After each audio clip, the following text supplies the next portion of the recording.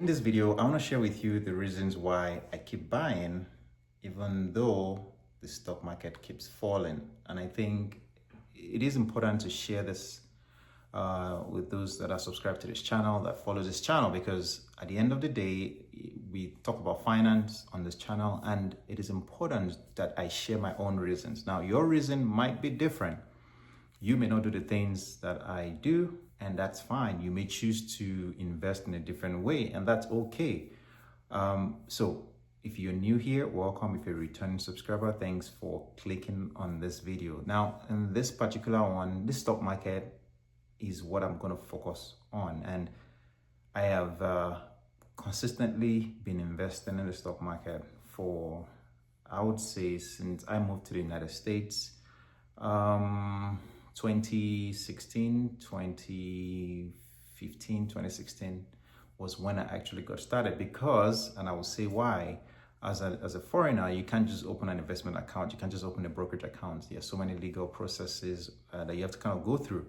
So anyway, cut long story short, I've been investing since then, and I've seen a few market downturns, even though I've been educating myself before I even moved over here about the stock market. So, I knew about the '08 crash. Who didn't know about that anyway?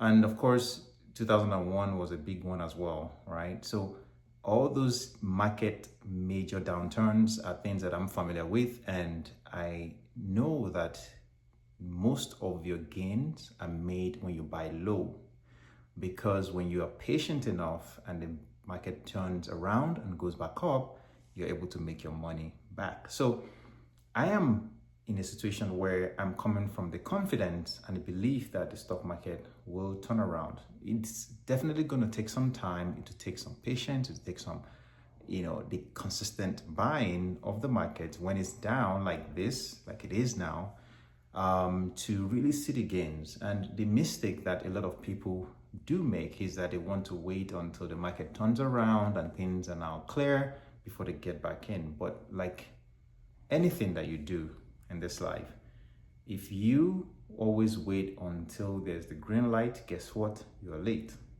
You prepare for the opportunity by doing the work ahead of time. And the work that we are doing now, at least those who are investing right now, are putting in the work, because you're taking the risk and you are facing your fears. And those things are what will pay off down the line. You're taking the risk right now without the certainty that the market will turn around.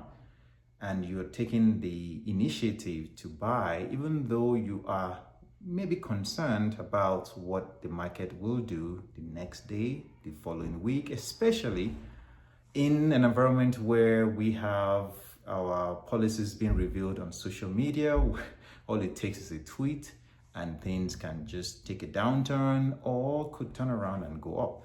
So if you are one of those who are waiting on the sidelines, they always say that, when you wait, you are likely going to miss the big gains, because those gains come so quickly that all it takes in a day is to gain 5%, 10%, and you miss out on those big gains. So you waiting isn't something that you want to do. You really want to take an advantage of the ability to buy when it's down. Like I said, you don't always have to feel confident 100%, because there's no assurance that the market will turn around the coming week.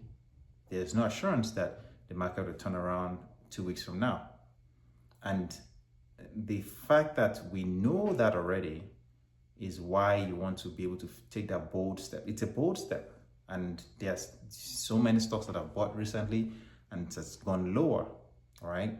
And that's okay, because I'm not in a situation where I'm trying to use the money to pay for some things tomorrow, or I'm using money that I need to pay for certain bills. The goal is that you buy the things that you are believing in, or you believe in, that long term they will turn around. And if you are worried about a particular stock of a company, then you should consider doing the long-term thing, which is you look at ETFs. ETFs have done really well, whether it's the SPY, whether it's the VUG, the VGT, the VIG, and all these Vanguard funds, they all have done pretty well.